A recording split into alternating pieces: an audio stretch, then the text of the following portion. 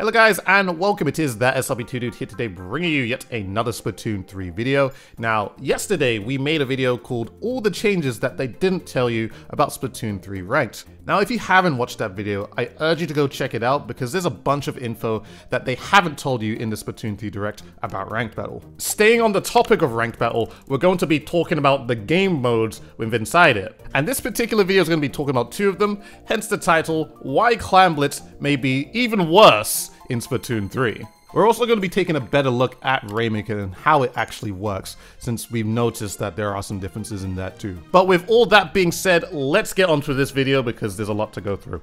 Now, skimming through the footage in the Splatoon 3 Direct, funny enough, there's only about maybe 5 seconds of gameplay about Clam Blitz. But there's also one very notable thing that we do see in the Splatoon 3 Direct that can change the entire scope of how Clam Blitz works. If you watch this inkling that's also taken in clams, you would notice they start off with 6. But once they grab their 8th clam, you notice that they develop a power clam. Now, if you've never played Splatoon 2, or just never played Splatoon period, you might look at this and be like, so what's so wrong about that? Now the thing is, in Splatoon 2, every single time you want to develop a power clam, you need a total of 10 clams. Watching this Splatoon 3 footage, it seems that you only now need a total of 8 clams, which is basically 2 less. Some might not think that's not so significant, or some might look at it like it's not that bad of a change. But the thing is, even though it's only 2 clams, it can be very significant, because I'm just saying this on the basis of how Splatoon 2 Clam Blitz works. When a Clam Blitz game starts, obviously you get a bunch of clams spawned in specific locations around the map. That part of it is not much of the problem.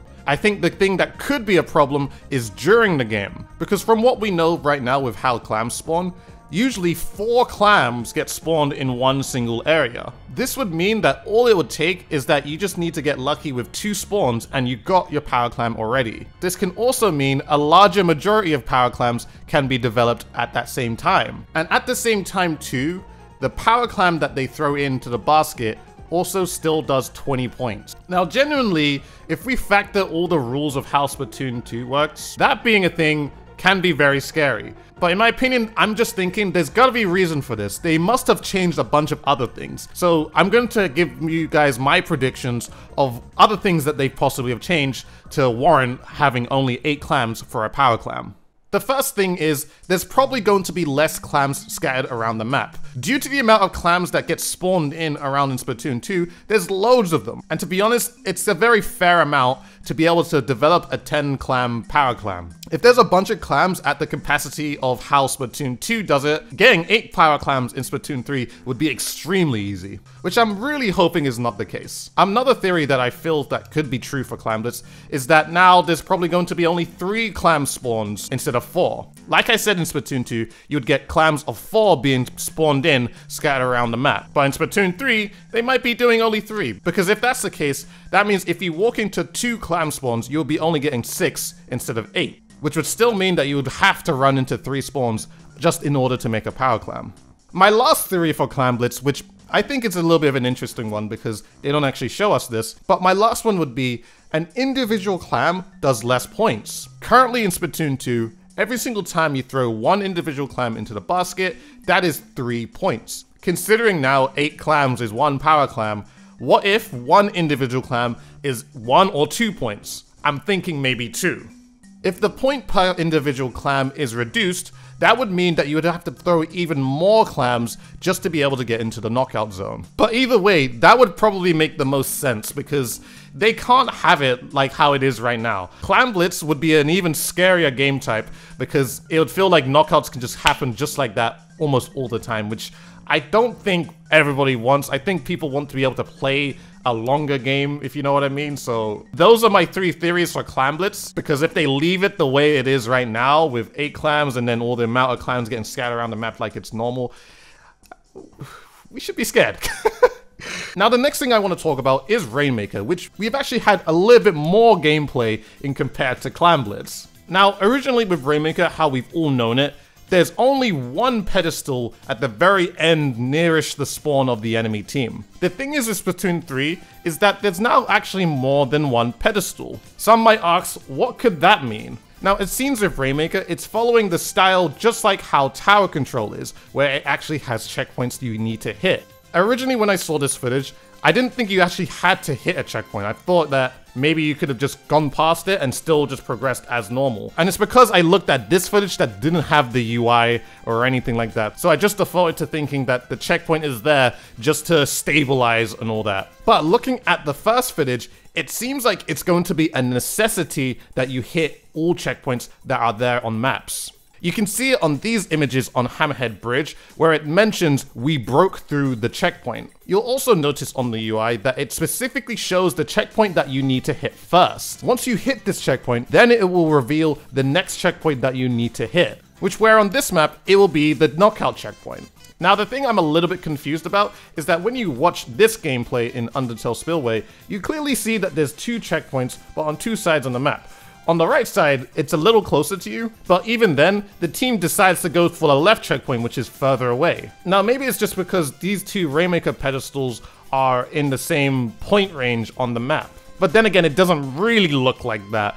It seems like the left one is much further out or much closer to the enemy spawn. Maybe there's a rule where you have to hit at least 1 checkpoint before you actually get it to the main pedestal. If that's the case, I would completely understand that. I really wouldn't mind though if it was a thing where you had to hit both checkpoints before you even decide to progress to the next one. Because in that case, it would make a lot more sense and you'd have to actually travel closer and closer to get to the main goal. Now, what do I think about these changes about Rainmaker?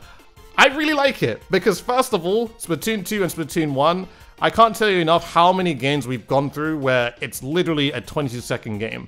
With these checkpoints, it completely denies the possibility of that ever being a thing. It will now never be a thing where 2 of my people in ranked games run into the Rainmaker when we can't pop it, die, and then we have to push back and fight a 2 vs 4, which a lot of the time became very impossible. Now there's actually some comeback factor where, okay, if you mess up, you still have a chance to actually stay in the game, which I really commend the developers for doing, because that was definitely a major part, which is why I didn't like Rainmaker that much. So Rainmaker games will now last a little longer. Now that's great. I could probably actually now enjoy the game mode a little more. Now, we've talked about Clam Blitz and we've talked about Rainmaker. There were no changes in Splat zones or tower control. If there were going to be changes into these 2 game types, one I would love to see in Splat zones is just that if the ticks could be a little slower or actual seconds, or if not the ticks being slower, making the points from 100 to 150. This would just be a thing just so that games could actually last a little longer. Another change I would like to see, let's say in tower control, is that I wish the tower could move just like as slow as it did in Splatoon 1, while also still having the checkpoint system that it already has now. Maybe it might not matter in Splatoon 2 maps, maybe because the tower will probably have more of a path to go along. And hopefully we don't get any more tower control maps where the tower goes away from the enemy spawn, like Kelp Dome Tower Control, which was an awful map for tower. But if they keep the design okay, it should be not so much of an issue. So with all that being said, those are my thoughts on the ranked game types. What do you guys think about Clam Blitz? Do you think it's going to be even worse in Splatoon 3, especially with all the factors of how it is in Splatoon 2? Do you think they'll change anything? How do you guys like Rainmaker? Make sure to leave all your thoughts in the comment section below. With all that being said, guys, make sure to also subscribe to this channel. We're going to be posting a lot more Splatoon 3 content, and especially when Splatoon 3 comes out, there's going to be a lot of guide content, a lot of funny content, and a lot of competitive content all in one channel. So make sure to subscribe. If you haven't watched my Splatoon 3 Direct already, go give it a watch. It's honestly just the best. Honestly, it's the best Nintendo Direct I've ever seen. It's just, I've never gone so crazy. I've never gone so crazy over a video game ever before like that. So, and also check out my other Splatoon 3 videos covering the Direct. They're all in the description below. And yeah, that's all I gotta say. Make sure to follow on Twitter and Twitch. We be doing stuff out there. Make sure to follow the Discord channel. Best place to talk about Splatoon 3 with a bunch of other excited Splatoon fans and myself. And it's also the greatest place to be notified whenever I go live for a Twitch stream. And it's also a good place just to find some people to play Splatoon 3 with.